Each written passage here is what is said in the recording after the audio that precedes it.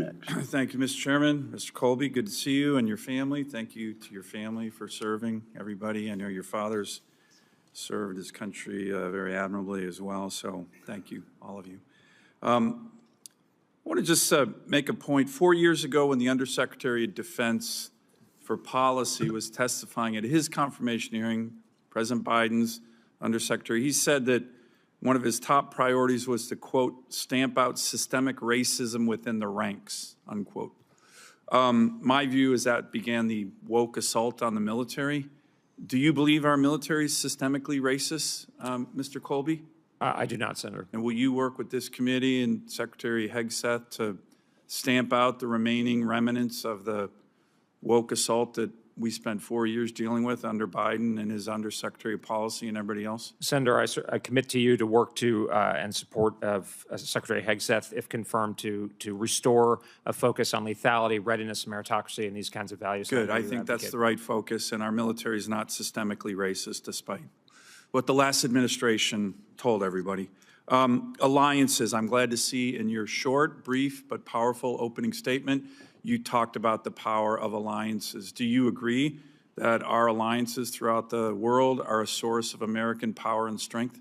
I do, Senator. I think they need to be, as I said, adapted and made more sustainable, and that's the approach that I would take, fixing rather than dumping is my approach. The ambassador for NATO is having his confirmation hearing right now as we speak, downstairs and upstairs or somewhere in the Foreign Relations Committee. That's Matt Whitaker.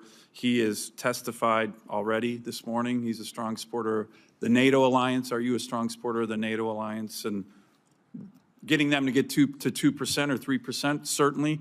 But do you still think that's a useful, important alliance for the United States? I do. Again, Senator, I very much believe in NATO, but I believe it has to, I think the phrase is it has to adapt to, things must change to stay the same, basically, the logic being they've got to be able to, it's got to actually go back, in my view, to something closer to what it was in the Cold War. I like to point out the West German military in 1988, two-thirds the size of current Germany, had 12 active divisions. The Germans can't put a single division together now. It's not tenable. And so I think we're seeing progress. Now the question is, how do we manage this dangerous period of transition? I agree with all that, but it's worth reforming because it does provide power and strength to the United States. Yeah, I think the NATO alliance is important. Let me reinforce Senator Cotton's important line of questions this morning, and I appreciate those.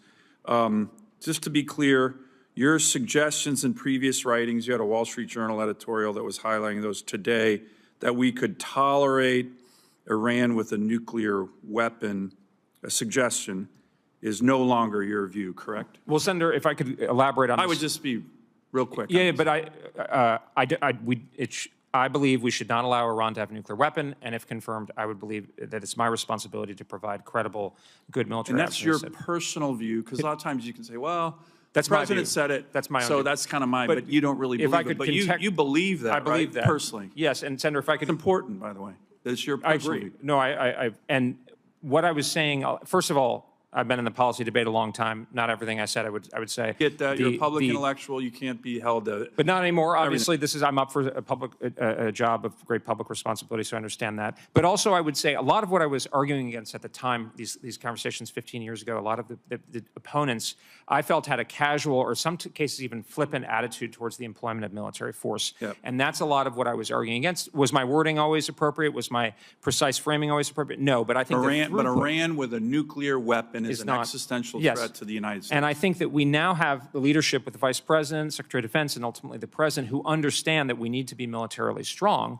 but also understand the downside risks of the employment of military force. It needs to be rational. Do you fully support the President's return to maximum pressure? I do, Senator, yeah. Let me talk on, real quick, I only got 40 seconds left. Your 2018 national security strategy I thought was excellent. Well done. The rebalance to focus on great power competition, very important.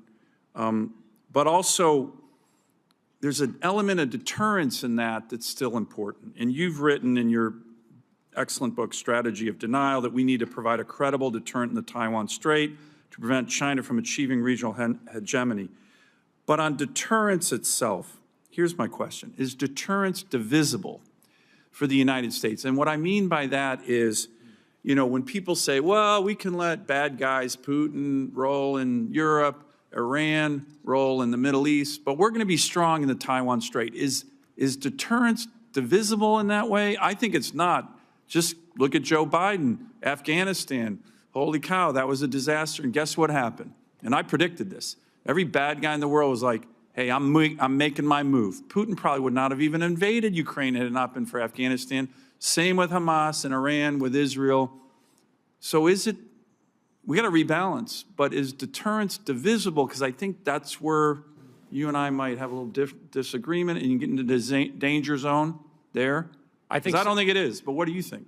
I think, Senator, that things are definitely interconnected, but what I'll say, and I recognize I'm over time, is that it's really important. I can't remember who said it, but you got to have this right stuff in the right place at the right time, and we need to make sure that we've got that. So we've got to do both of these things. We have to pay attention to the political credibility issues and how we're perceived, but at the end of the day, as you know well, given your distinguished military service, Senator, we need to have the right stuff in the right place at the right time to have the right effect. As I think Douglas MacArthur famously said, the two most infamous words in military history are too late, right? And I think that's really what that side of the equation is what I'm driving towards, Senator. Thank you very much, Mr. Colby. Now, a vote has begun. This hearing will continue, and members, if they will,